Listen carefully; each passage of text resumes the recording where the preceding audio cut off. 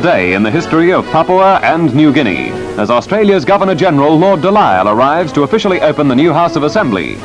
A crowd of nearly 5,000 greet His Excellency, accompanied by his daughter, the Honourable Catherine Sidney. Before a packed house and gallery, the Governor-General makes the opening address. We are all conscious, as we meet for the inauguration of the House of Assembly for the territory of Papua and New Guinea.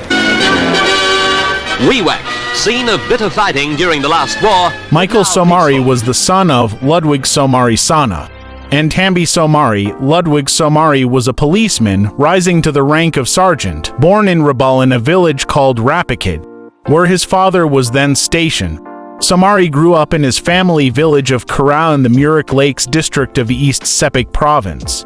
General elections were held in the territory of Papua and New Guinea between the 17th of February and the 16th of March 1968. A total of 484 candidates contested the 84 seats, with around 50 running in the 15 regional constituencies. 6 political parties were involved: the All People's Party, the National Progress Party, the New Guinea Agriculture Reform Party, the Pangu Party, the Territory Country Party, and the United Democratic Party. For constituencies had only one candidate, who were returned unopposed: Teabal in Wabag, Wesani Iwaksim in Upper Sepik, Paul Langro in West Sepik Regional, and Ron Neville in Southern Highlands Regional. The main campaign issues in urban areas were wages and housing. In rural areas, the campaign focused on improved agriculture and infrastructure. The main campaign issues in urban areas were wages and housing. In rural areas, the campaign focused on improved agriculture and infrastructure. The main campaign issues in urban areas were wages and housing. In rural areas, the campaign focused on improved agriculture and infrastructure. Concerns were shared by newly elected Chief Minister Michael Somare. We should not set a date for independence until we have achieved self-government and have had time to adjust to self-government. We realize the external pressures on Australia to set an early date for independence, and we realize the internal pressures for Australia to end its colonial role. And I'm sure, Mr. Prime Minister, your government does not want Australia to be a colonial power. Your government wants to see Papua New Guinea as a partner. Now suppose you me like run in this place, you me master along this place in politics, you me too. Look out, all people belong in me, master belong economics, all man. Belong look out him, development belong here, Bombay fitting people belong in me. Alright, you me talk on Philippines, only got 40 million. Only got a much, only got plenty long economics, only come up here a little. Long here you me got 2.5, 3 million. You got lick man that's all Bamba benefit. Kind loan now you me put him, belong look out him all big man. And big man, me talk about big man and me, you me, now you probably member. Now, all sample and arpla money come. Now, kiss him skin long and all call him, or kiss him this la ticket, or qualify finish, huh? Or Papua New Guinea, and really long this plus ship, skin, citizen. All kind law you me bringing me. Kusai now!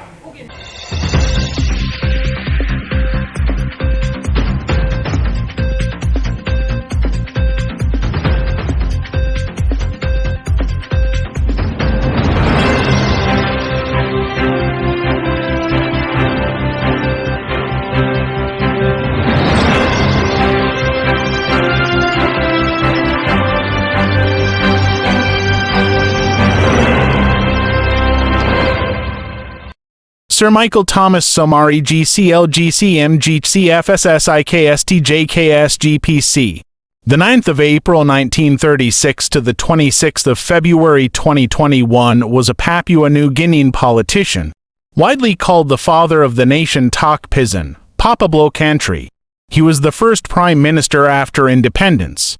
At the time of his death, Somare was also the longest-serving prime minister, having been in office for 17 years over 3 separate terms, from 1975 to 1980, from 1980 to 1985, and from 2000 to 2011. His political career spanned from 1968 until his retirement in 2017. Besides serving as PM, he was Minister of Foreign Affairs, leader of the opposition, and governor of East Sepik Province. He served in a variety of positions, His base was not primarily in political parties but in East Sepik Province, the area that elected him. During his political career, he was a member of the House of Assembly and after independence in 1975 the National Parliament for the East Sepik Provincial, later open, seat. He was the first chief minister at the end of colonial rule. Thereafter he became the first prime minister after independence from 1975 to 1980. He returned to the office of prime minister from 1980 to 1985, and his longest stint in the position was from 2002 to 2011. He also served as cabinet minister. He was Minister of Foreign Affairs from 1988 to 1992. From 1999 to 2001. He was subsequently Minister of Foreign Affairs, Minister of Mining and Bougainville, Minister of Foreign Affairs and Bougainville Affairs. He was leader of the opposition from 1980 to 1982, and thereafter in that position from 1985 to 1988 and finally from 2001 to 2002, when the new position of political governor as head of the provincial administration and Representative MP was created in 1995, Somare took up the job. He was governor of East Sepik from 1995 until 1999, after the last election that he contended. He again became governor of East Sepik 2012 to 2016. He was a founding member of the Pangu Party which led PNG into independence in 1975.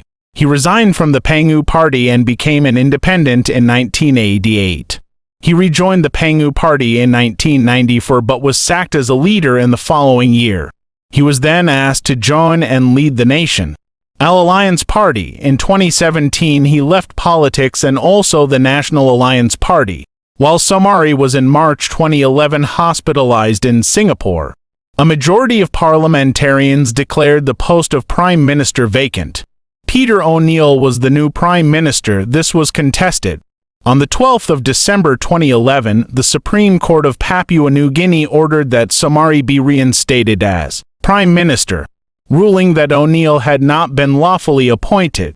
This event triggered the 2011 to 2012 Papua New Guinea constitutional crisis, following a decisive victory for O'Neill. In the 2012 general election, Somare expressed support for him, thereby ending the crisis and forming a coalition government. However, this truce did not last.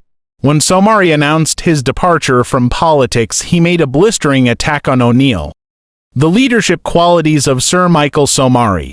As someone with many years of experience in leadership roles, which we have to observe and learn from him, he stands out to us as a true leader is Sir Michael Somare, the former Prime Minister of Papua New Guinea. In this video we will share some of the leadership qualities that Sir Michael's exemplified during his time in office and how they have continued to inspire us in his own career. It is important to note that the insights in this video are based on observations and experiences, and should not be taken as a definitive account of Sir Michael's leadership style, but they can help us to build trust and create a sense of shared purpose among team members. Being authentic and genuine is also essential.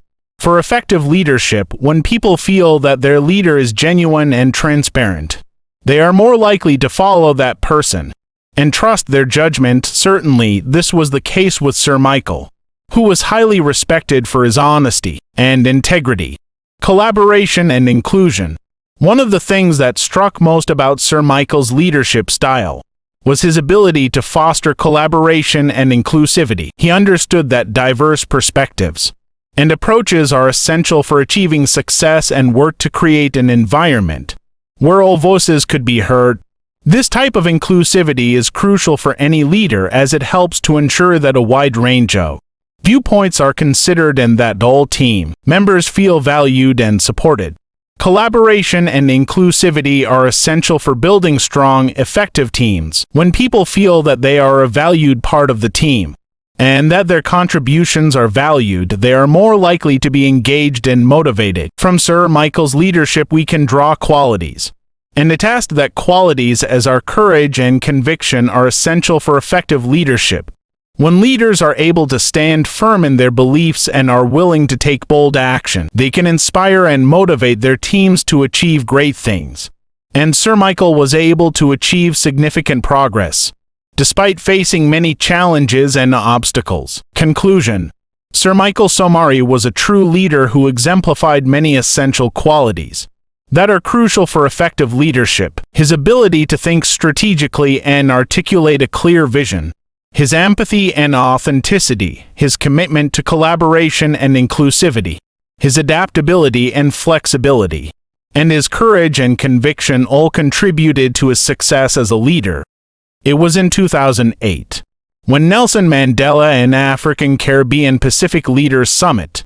Still, the Prime Minister of New Zealand spoke highly of Somare as a true Melanesian leader and outstanding world leader. These qualities are timeless and applicable to leaders in any field, and we hope that by sharing them, we can able to inspire others to strive for excellence in their own leadership journeys. Sir Michael Somare was a leader whose legacy will continue to inspire and guide future leaders for many years to come. The deeds of Somare governments show one predominant trait in policy making: he was a fiscal conservative. Government expenditure was under control when he was Prime Minister.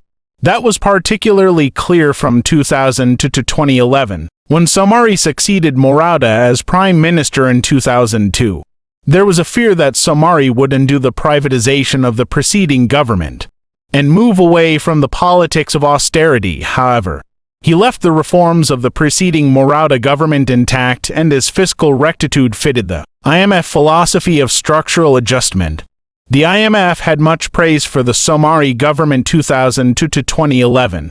Income from natural resources was high, and the Somare government used it to reduce the public debt rather than increase public expenditure. That was how Sir Michael demonstrated a true capable leader in the country and the region. Now in today's leaders lack. Michael Somare was praised highly when he left politics in 2016.